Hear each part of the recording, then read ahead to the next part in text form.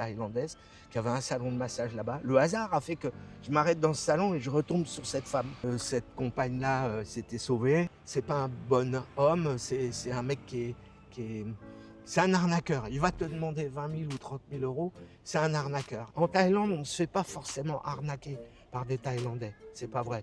Les plus grosses arnaques, c'est par les Européens. Quand je reviens, la guest house fermée, tous les vélos vendus, les scouts vendus, elle s'était tirée.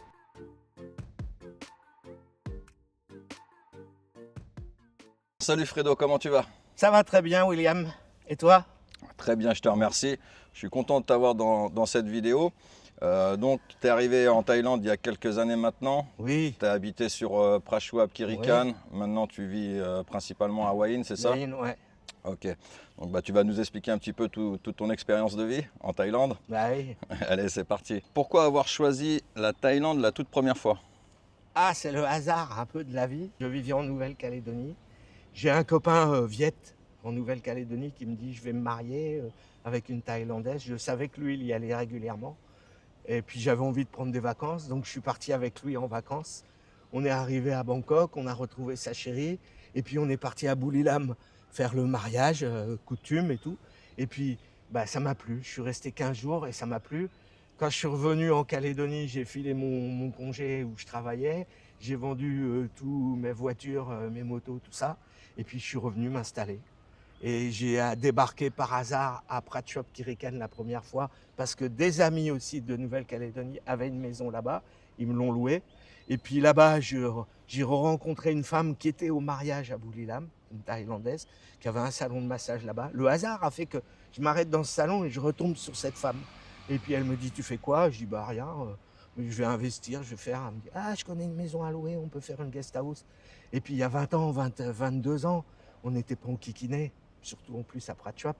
Donc voilà, j'ai ouvert un petit business, j'ai loué des vélos, des scooters, puis la vie est paisible. Je suis resté 3 ans là-bas, puis au bout de 3 ans, je me suis un peu ennuyé. Au bout d'un moment, tu finis par t'ennuyer. Et puis cette compagne-là s'était sauvée, donc j'avais pas envie de garder le business tout seul. Donc je suis reparti en Calédonie, mais en me disant, je reviendrai faire ma retraite ici parce que ça ressemble à la Calédonie, au niveau du climat, c'est pareil, mais la vie est quand même beaucoup moins chère, quoi. La Calédonie, c'est loin de tout, donc tout est très cher. Ok, tu gagnes très bien ta vie quand tu es artisan ou quand tu travailles là-bas, tu as des très bons salaires, mais tu payes aussi beaucoup de taxes au niveau repas, au niveau téléphone. Le téléphone, ça coûte 4 fois, 5 fois plus cher qu'ici, quoi. C'est juste des petits détails, mais tout ça fait que j'ai dit c'est la Thaïlande. Et cette année, voilà, j'ai touché ma retraite de la Calédonie, j'ai touché ma retraite de France, merci le truc des retraités, 400 € par mois pour 126 trimestres cotisés, ça fait mal, quoi. D'accord. Donc tu te débrouilles avec et puis c'est tout. Qu'est-ce qui a fait que tu as ressenti cet ennui en Thaïlande au bout de 3 ans? Parce que j'étais un peu coincé avec la guest house. J'avais ouvert un bar en plus, donc j'étais un peu coincé. La guest house, il faut être là le matin pour faire les petits déj pour les gens. L'après-midi, j'ouvrais le bar à partir de 17 h, donc tu restes jusqu'à minuit, 1 h. Tu te relèves le matin à 5 h pour préparer les petits déj, aller au marché, préparer les petits déj. En fait, j'étais super occupé. Je gagnais vraiment pas beaucoup. Et puis, je pouvais pas aller ailleurs. Ou alors, il fallait que je laisse quelqu'un dans la guest house. Et si je laissais quelqu'un, il répondait pas au téléphone ou il répondait pas aux messages mail pour les réservations, pour ceci. À l'époque, il n'y avait pas tous les sites Agoda et Booking, ça n'existait pas tout ça. Moi, je fonctionnais qu'avec un blog et donc il n'y avait pas tous ces systèmes qu'il y a maintenant. Donc, quand je voulais m'en aller quelque part, visiter des amis à Chiang Mai ou à Buriram ou à Pattaya, il fallait que je ferme, quoi. Ça m'ennuyait, quoi. Ouais, donc c'était compliqué. Après, j'ai eu une offre en Calédonie, donc on m'a fait une belle offre. Donc j'ai dit, bon, allez, je ferme tout et puis je retourne là-bas. Mais en sachant que j'allais revenir, de toute façon. À quel moment tu t'es dit stop, je rentre en France? Quand j'ai eu cette offre d'emploi en Calédonie, qui était vraiment... mon salaire était multiplié par 3 par rapport à auparavant. Donc là, j'ai dit, Bon, allez, ça vaut le coup. La guest house, j'étais tout seul pour la tenir. Le bar, bah, il y avait le copain un de mes meilleurs copains français qui gérait le bar tout seul avec sa compagne. Donc, j'ai dit, bon, j'ai plus besoin de. Je m'en vais. J'ai profité avant de partir pendant 1 mois et demi de visiter, de me balader. Et puis, après, j'ai pris l'avion et je suis rentré. Mais quand je suis arrivé en Calédonie, j'ai retrouvé tous mes amis et tous, ils ont dit, Fred, on organise un voyage l'année prochaine, on repart tous ensemble. Et tous les ans, je revenais avec des copains et j'en restais 15 jours, 3 semaines et je les baladais et je louais un minivan et je les conduisais à droite, à gauche. Là, je me suis dit, bon, bah là, il n'y a pas photo. Et avec du recul maintenant, quelle erreur de débutant t'as commise? Euh, Vouloir investir dès le départ ton argent. En fait, au tout départ, quand je suis venu à Prachuap, j'avais rencontré un Français sur Internet qui cherchait des Français qui voulaient s'installer dans le sud de la Thaïlande pour ouvrir des fermes de sangsues. C'est un business qui est très très développé en Malaisie. Lui, il était en Malaisie et il voulait sponsoriser un peu des Français qui ont un peu de sous, qui peuvent s'installer à la campagne et faire des fermes de sangsues. Il y a un gros marché, L'Oréal rachète, les laboratoires pharmaceutiques rachètent aussi les sangsues. Donc en Malaisie, ça existe beaucoup. Donc j'ai dit, ah, voilà, je vais faire ça. Sauf qu'arrivé à Prachuap, je me suis rendu compte que c'est la région où il pleut le moins en Thaïlande. Et on n'a pas de cours d'eau qui alimente en permanence les bassins avec les sangsues. Et puis après, j'ai rencontré ce mec-là qui est venu de Malaisie jusqu'à Bangkok. Et puis là, j'ai rencontré sa compagne thaïlandaise qui m'a dit, mais je vais te parler franchement, c'est pas un bon homme, c'est un mec c'est un arnaqueur. Il va te demander 20 000 ou 30 000 euros, c'est un arnaqueur. Et donc du coup, j'ai écouté cette femme et j'ai pas donné suite. Lui, il m'a menacé après, j'ai pas donné suite. Et puis peut-être 2-3 mois après, je me baladais sur Banqueroute. Tu sais, il y a Prachuap, il y a Banqueroute, le long de la mer. Et là, je tombe dans un petit restaurant, dans un hôtel, et je tombe sur un chef français. Et le mec, il vient me parler et tout, il me dit, ah, moi, je suis venu pour ouvrir une ferme de sangsues. Et voilà, lui, il s'est vraiment fait avoir. Lui, il a donné les 20 000 ou les 25 000 euros. Il a loué une maison avec des bassins, parce que là-bas, il y a de l'élevage de crevettes. Donc, c'était une maison avec déjà des bassins pour mettre des crevettes. Donc, lui, il voulait mettre ces sangsues-là. Il a donné les 20 000 ou 25 000 euros. Et le mec lui a jamais envoyé les essaims les larves de sangsues. Il s'est fait rouler par ce mec. Et il a essayé de le retrouver. Il a eu de la chance, comme il était cuisinier de formation, il a trouvé un restaurant, un bel hôtel qui l'a embauché. Mais sinon, il me dit, j'aurais pu repartir avec une main devant, une main derrière. Avec quoi. la queue entre les jambes, comme on dit. Voilà. Donc c'est là qu'il faut faire gaffe. En Thaïlande, on ne se fait pas forcément arnaquer par des Thaïlandais. C'est pas vrai. Si, il y a un chauffeur de taxi qui va te prendre un peu plus cher ou une masseuse qui va essayer de te prendre un peu plus cher parce que voilà, elle voit que tu es bien habillé. Mais les plus grosses arnaques, c'est par les Européens. C'est comme ça. Ils créent des sociétés, ils créent des trucs et puis ils essaient de t'amener là-dedans pour travailler, pour investir dans leur hôtel, dans leur ceci. Et en fait, il n'y a rien qui est clair, il n'y a rien qui est logique au niveau de la loi Thaï. C'est là qu'il faut faire vraiment attention. Et si on veut venir avec beaucoup d'argent, enfin avec 50 000, 100 000 euros, et dire, ouais, voilà, je vais racheter un petit hôtel, je vais racheter ceci, il faut bien aller voir un avocat avant, il faut bien aller voir un conseiller fiscaliste pour monter une société en règle.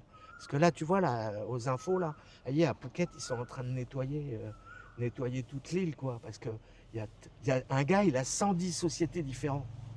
Bon, et forcément, il y a de l'arnaque, quoi. Alors toi, tu connais pas, lui, il te rend compte, tu es venu en vacances, ah, t'as des sous, tu vois, bah moi, je te revends mon petit resort, là. T'as racheté un truc qui est pas viable, qui est peut-être viable, mais qui est pas en règle. Pour moi, c'est ça qu'il faut faire gaffe. Après, l'autre, c'est les filles, quoi. Faut faire gaffe, elles sont toujours amoureuses de toi. Mais après, il faut être lucide. Si tu as 70 ans et que tu fais 120 kilos et qu'elle en a 20, Il y a un truc qui il y cloche. a un truc qui cloche, quoi. Moi, ma femme, moi j'ai 63 ans, ma femme elle a 62 ans. Et je suis bien mieux avec une femme de mon âge. On a les mêmes idées. Elle n'est pas là en train de se regarder et se faire les cheveux et dire, oh, j'ai cassé un ongle. Voilà. Après, c'est leur business. Ça t'amuse. Tu arrives de France, tu es veuf ou tu es divorcé. t'as pas fréquenté pendant longtemps quelqu'un, bah tu arrives chez Toys R Us, tu arrives dans un magasin de jouets. Alors, tu t'émoustilles. Mais voilà, il faut savoir redescendre et arrêter de boire pour enfin comprendre ce qui se passe, quoi. Et toi, du coup, est-ce que tu as eu des mauvaises expériences avec les femmes, justement? Bah, avec cette première là, avec cette première femme avec qui j'ai monté le bar, la guest house, c'est elle qui m'a mis dedans. On a monté le salon de massage à l'intérieur, tout allait bien. Et au bout de 2 ans, j'avais encore mon père en France. Mon père tombe gravement malade, donc on m'appelle et puis on me dit il faut venir en France. Donc, dans la nuit, je prends le bus qui va à Bangkok. À l'aéroport, j'achète un billet à l'aéroport pour arriver le plus vite en France. Je reste 6 mois avec mon père. Mon père décède. Quand il décède, bah, je reviens. Quand je reviens, la guest house fermée, tous les vélos vendus, les scouts vendus, elle s'était tirée. Elle avait tout vendu. Elle avait tout vendu. Et je dis, mais je l'ai retrouvée. J'ai retrouvé où elle était. J'ai fait mon enquête, j'ai retrouvé. J'ai été la voir. Et elle était avec un Allemand. Et l'Allemand était là. Ouais, elle lui parle pas mal. Non, non, je veux seulement t'expliquer à toi et elle que tu crées une poule aux œufs d'or pour une femme taille. Tu crées un petit restaurant, tu crées un petit truc. Ça lui rapporte de l'argent. Et elle est capable de tout casser. Parce que, en fait, elle pensait que j'étais reparti en France parce que j'avais ma femme là-bas. Et je lui dis, mais non, tu le sais très bien que je vivais déjà en Nouvelle-Calédonie. J'ai juste mon père. Donc je vais voir mon père. Oui, mais tu m'envoyais pas d'argent. Je dis, forcément, je t'envoie pas d'argent. Tu as un business, tu as un salon de massage, une guest house. Je vois les réservations, je gère les réservations. Tu as du monde. J'ai pas à t'envoyer de l'argent. Il n'y a pas écrit Bangkok Bank sur mon front. Sinon, ça se serait. Après, j'en ai acquis de l'expérience. Et puis après, bon, Et tu as perdu combien d'argent alors dans cette histoire? j'ai perdu à l'époque, j'ai dû perdre 60 000 bahts. Entre la location que tu payais à l'année, l'aménagement des chambres. Bon, il y avait déjà des chambres puisque c'était des maisons de vacances. C'était 2 maisons de vacances qui appartenaient à une femme thaï de Bangkok. Donc il y avait déjà des chambres, mais j'ai changé les matelas, j'ai mis un meilleur confort, j'ai fait installer des clims. Voilà, j'ai repeint toute la maison, j'ai mis des gouttières pour pas que la flotte tombe sur les gens. J'ai acheté des scooters. Comme je suis mécano, j'ai acheté des scooters d'occasion, j'ai acheté un lot. Elle les a vendus aussi?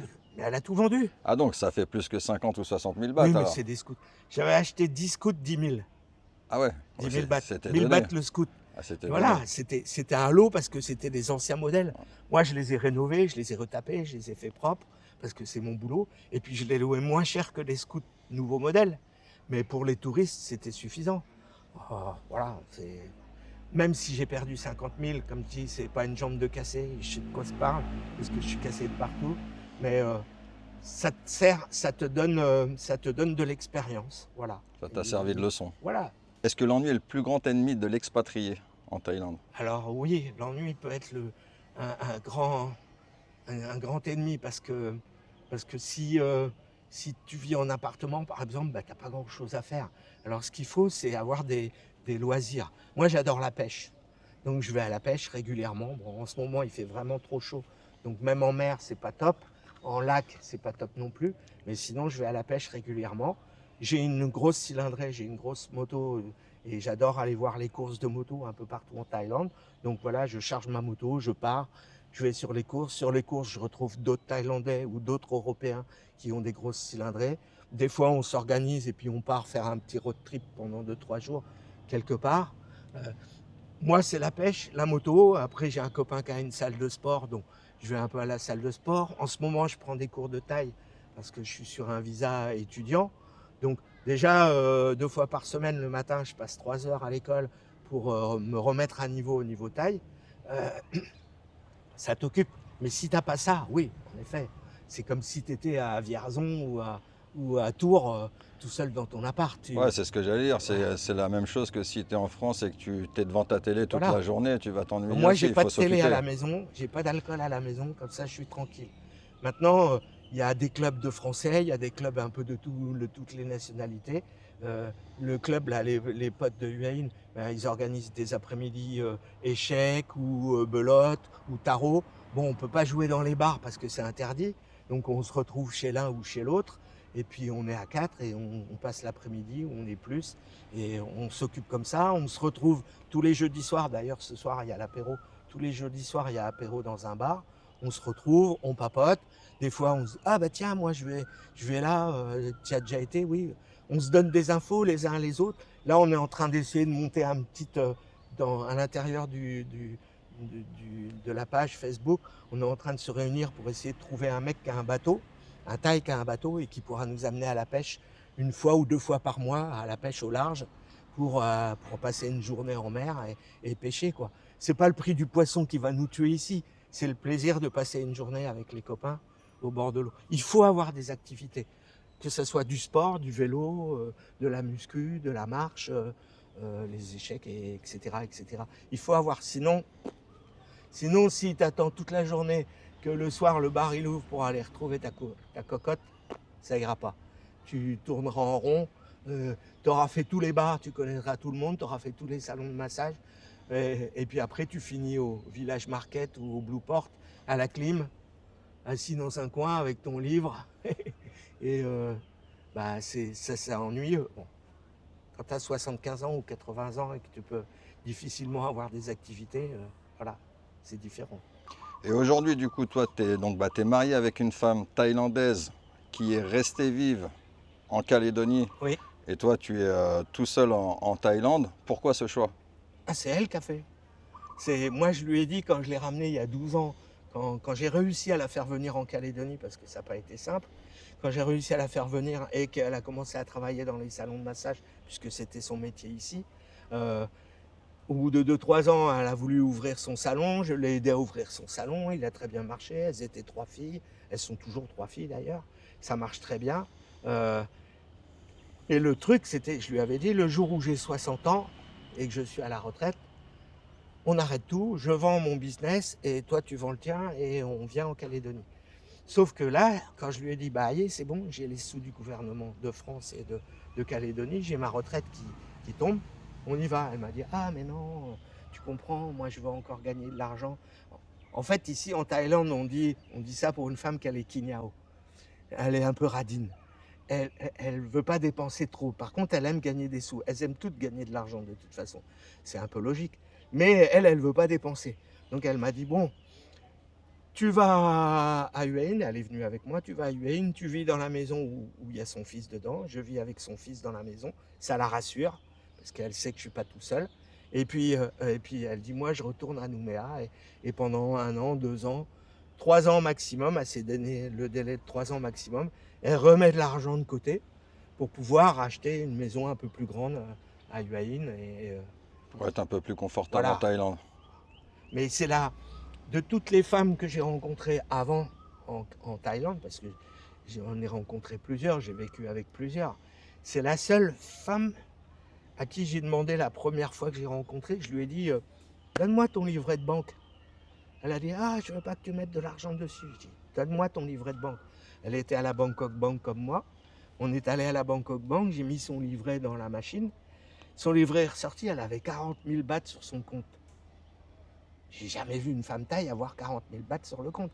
Une femme mariée, peut-être, une femme qui a des moyens, mais elle avait 2 boulots, accumulé 2 boulots, et elle avait quand même de l'argent sur son compte. Elle avait un peu d'économie. Voilà, elle économisait. Donc j'ai dit, voilà, avec elle, je peux penser à un futur. Parce que, voilà, elle avait fait des études, elle est intelligente, elle parle l'anglais, maintenant elle parle très bien, enfin très bien, elle parle bien le français suffisamment pour pouvoir recevoir ses clients, etc. Donc voilà, et je peux te dire que autant en Calédonie, elle ne fait pas trop d'efforts pour parler français avec moi, mais dès qu'elle arrive ici, dès qu'elle arrive en Thaïlande, elle me parle qu'en français. Parce que c'est une fierté, parce que c'est pas l'anglais, beaucoup de filles parlent anglais, mais elle parle français, alors les Thaïs, oh, elle parle le français, oh, c'est bien, c'est rigolo, quoi. Quel conseil tu donnerais à quelqu'un qui veut investir en Thaïlande? Alors, pour moi, il y a 2 types d'investissement. Il y a de l'investissement immobilier.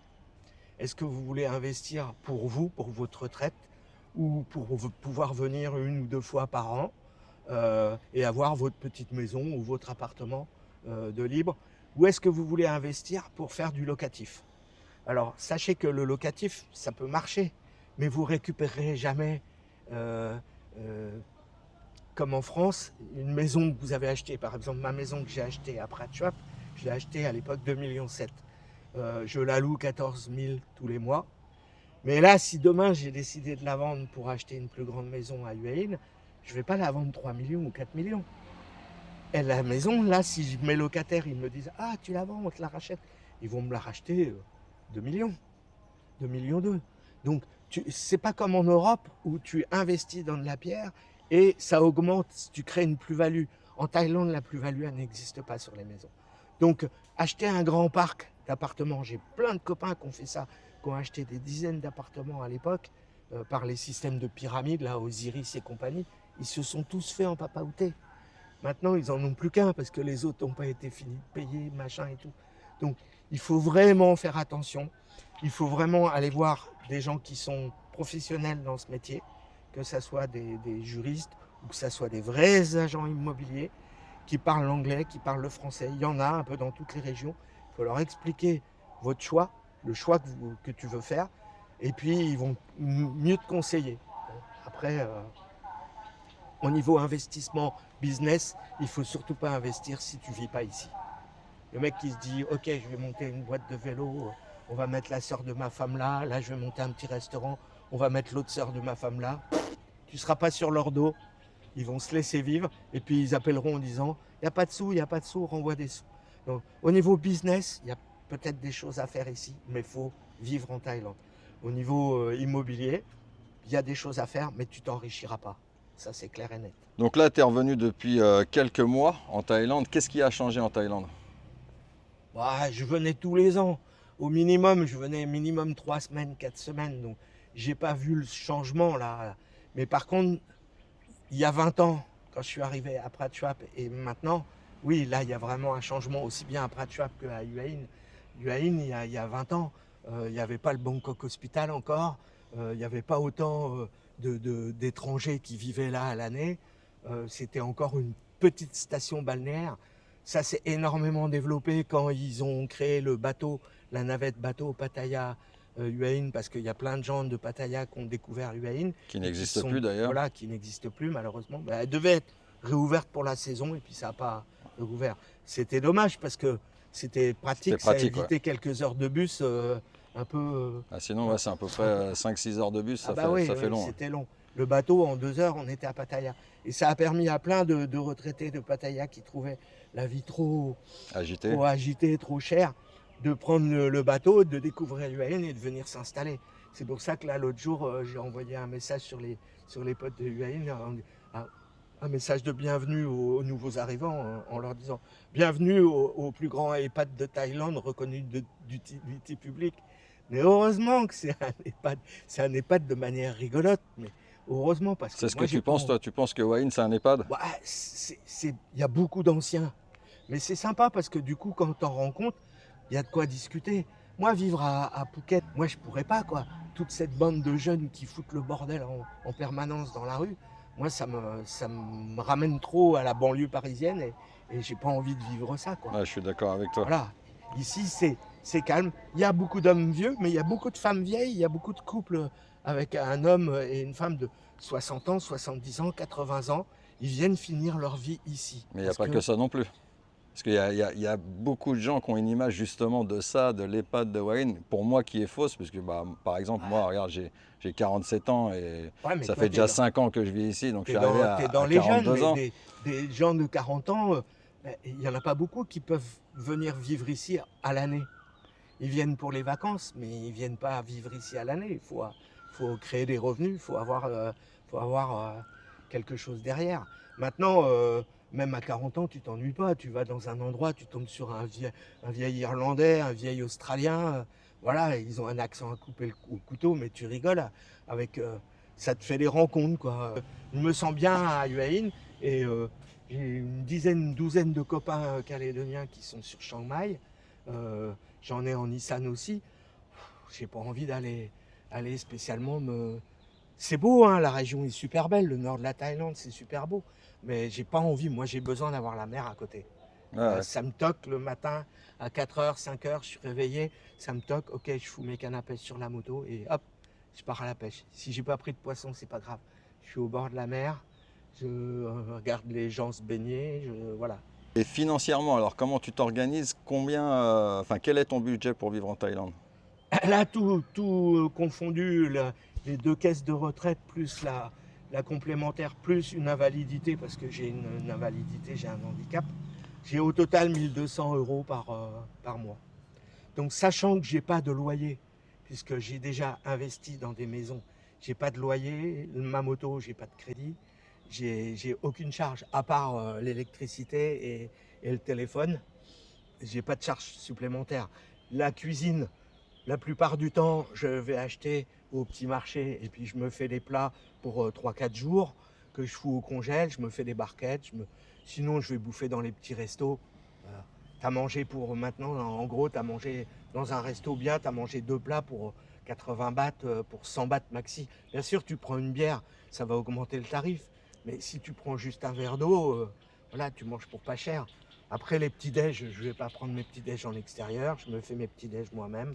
Et puis, il n'y a pas de raison que je m'en sorte pas avec ce revenu-là. Et du coup, maintenant, est-ce que tu te vois repartir un jour ou finir tes jours ici Ah en non, non, Thaïlande? moi je repars pas, je finis mes jours ici. Ça c'est organisé, ma femme elle sait, c'est crémation ici et terminé. Non, non, j'ai pas envie. La France, je te dis, la France, ça fait maintenant plus de 11 ans que j'y suis pas retourné. J'y suis retourné pour le décès de mon père, mais ça fait 27 ans que je vivais en Calédonie. Euh, j'ai aucune raison de retourner en métropole, quoi. Le froid déjà, le froid, le climat, le climat social fait que non. Ici, bah, tu te laisses vivre. Faut pas parler politique, c'est tout. Faut pas dire du mal du roi, c'est tout. Il y a quelques bases de règles de base à connaître pour vivre en Thaïlande. Et puis après, voilà, tu refais ton visa tous les ans ou tous les 3 mois, tu vas pointer comme à la NPE, tu es encore vivant, tu pointes et tu repars. Et puis voilà. Et puis surtout, tu peux rouler. Moi, c'est ce qui me manquait aussi beaucoup en Calédonie, c'est que l'île n'est pas très grande. Elle fait 400 km de long sur 80 km de large. Donc, tu n'as qu'une seule route qui fait tout le tour. Après, tu as des transversales, mais c'est toujours les mêmes routes. Donc, quand tu as une grosse cylindrée, c'est un peu ennuyant. Euh, Ici, je décide d'aller voir mon copain à Roy Het. Boum, je trace à Roy Het. Je monte à Chiang Mai, je monte à Chiang Mai. Il y a le MotoGP au mois d'octobre en Malaisie. Hop, je vais à l'office des permis des permis de conduire, des cartes grises. Je demande le document pour pouvoir sortir du territoire de la Thaïlande avec mon véhicule. J'ai 1 mois de laisser-passer pour pouvoir sortir. Je pars en Malaisie. Quand j'arrive en Malaisie, j'ai un visa d'1 mois. Je vais voir mon MotoGP. J'ai mes cannes à pêche. Et puis je roule le long de la mer et je regarde des gamins qui ont leur canne à pêche et je parle avec eux. Puis je pars faire des coups de pêche à droite à gauche. Je passe 1 mois en Malaisie en même temps que le MotoGP. Ça coûte pas plus cher. Après, je dors dans des chambres à 400 bahts, à 500 bahts. Moi, j'ai pas besoin d'avoir un hôtel de luxe. Du moment qu'il y a un chiotte et puis une douche, si possible la clim, suivant la saison. Et voilà, après, donc ici, tu peux te déplacer. Si tu n'as pas de moto, si tu n'as pas de véhicule, il y a des bus de partout, il y a des trains de partout. Il y a des billets d'avion. Maintenant, UAE est en train d'ouvrir l'aéroport aux grosses lignes. Il y a AirAsia qui va venir se poser. Tu as un billet d'avion, je crois que c'est 900 bahts ou 1000 bahts pour faire UAE Chiang Mai. Il y a quand même 1200 km, quoi. 900 bahts, tu as des amis à voir, tu n'as pas envie d'y aller en moto. Tape, tu prends l'avion, tu arrives là-bas, tu vois tes amis. C'est fantastique, quoi. Ouais. Et il n'y a pas besoin de réserver 15 jours avant ou des mois avant, quoi. Et il n'y a jamais de grève. Et il n'y a jamais de blocage. Et voilà, enfin, tu connais le système, quoi. Les petites questions rapides, Fredo, donc qui dit question rapide dit réponse rapide. Plutôt bar ou guest house? Ah, plutôt bar, parce qu'un bar, tu l'ouvres à 17h, tu le fermes à 1h. T'es pas coincé comme une guest house. Une guest house, c'est un hôtel. Il faut être là tout le temps, il faut pouvoir recevoir les gens. Tu peux pas aller... Dans la journée, ils partent faire des activités, mais tu es là pour les conseiller aussi à à leur proposer ces activités-là. C'est ce qui fait que tu retrouves ces clients-là tous les ans. J'ai encore des clients qui venaient à la guest house et qui continuent à m'écrire et qui viennent tous les ans à Pratchap et que je revois. Des gens retraités qui viennent pendant 3 mois en Thaïlande, je les revois. J'ai lié des liens d'amitié avec ces gens-là. Donc plutôt guest house que bar. La France te manque parfois ou pas du tout? Pas du tout. La plus grande qualité des Thaïlandais? C'est de savoir, ils savent jamais dire non. Ils disent toujours oui, mais ils disent pas oui quand. Si tu dis ok, tu viens demain pour faire ça, oui, mais en fait ils peuvent pas, mais ils vont pas dire je peux pas demain parce ils ont peur de te contrarier. Donc c'est ça, ils te disent oui avec le grand sourire, mais ils pensent non. C'est tellement dit gentiment que tu leur en veux pas quelque part, quoi. Ton plus gros regret en Thaïlande? J'en ai pas. Et un mot pour définir ta vie actuelle en Thaïlande? Bah, avant, je vivais sur une île paradisiaque. Et maintenant, je vis dans les bureaux de l'île paradisiaque. Je vis vraiment au sommet. Ok, c'est très joli la Thaïlande. Il y a plein de décors différents entre le nord, le sud, l'Isan. Il y a des belles plages. Mais bon, les plages, moi, je les connais. J'en ai soupé des belles plages. Mais c'est cette tranquillité. Par exemple, au MotoGP, cette année, j'ai laissé mon téléphone sur les gradins. Le temps de descendre, de m'en rendre compte, 20 minutes après, je reviens. Je regarde sur les gradins. Merde, j'ai dû poser mon téléphone là. Plus de téléphone.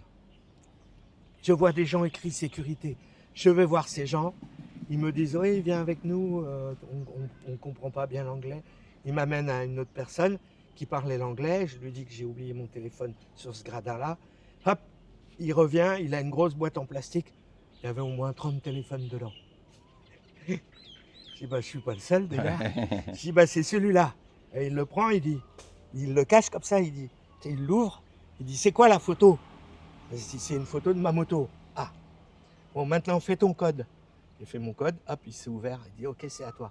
Bon, maintenant on fait une photo ensemble pour montrer à l'organisateur qu'on est utile et qu'on a retrouvé des téléphones et qu'on a rendu les téléphones. Ça m'arriverait la même chose le week-end dernier au Grand Prix de France au Mans.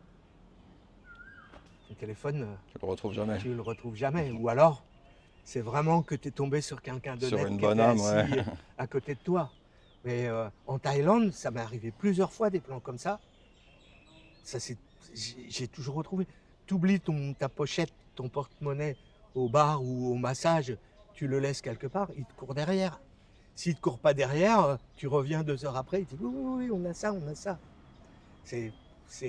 Ça crée une ambiance, ça crée une sensation de vie qui est facile, qui est relax et agréable. J'estime que là, tu vois, au niveau politique, c'est en train de changer. Ça va encore changer parce que c'est pas sûr que le Premier ministre actuel il reste encore longtemps. Parce que j'ai une très bonne amie thaïlandaise qui est sénatrice. Donc du coup, j'ai des infos de temps en temps. Et il faut que, peu importe que ce soit ce Premier ministre-là ou un autre, il faut que la Thaïlande prenne conscience que il faut qu'elle soit un peu plus sévère. Pas qu'elle emmerde les retraités à leur créer des impôts, des machins. Ok, ils sont retraités, ils doivent déclarer. S'il faut payer un peu d'impôts, on paye un peu d'impôts, c'est pas un problème.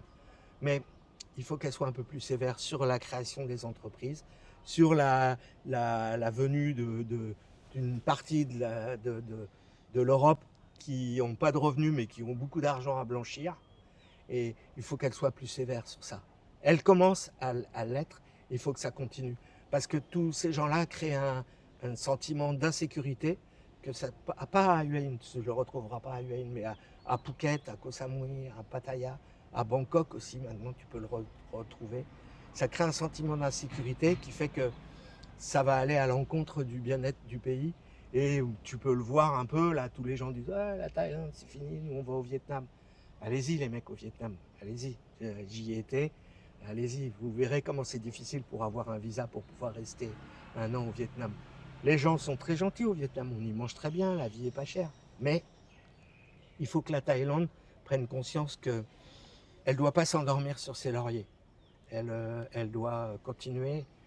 Je pense que le changement là, d'exemption de visa de 60 jours, de le repasser à 30 jours comme auparavant, c'est parfait.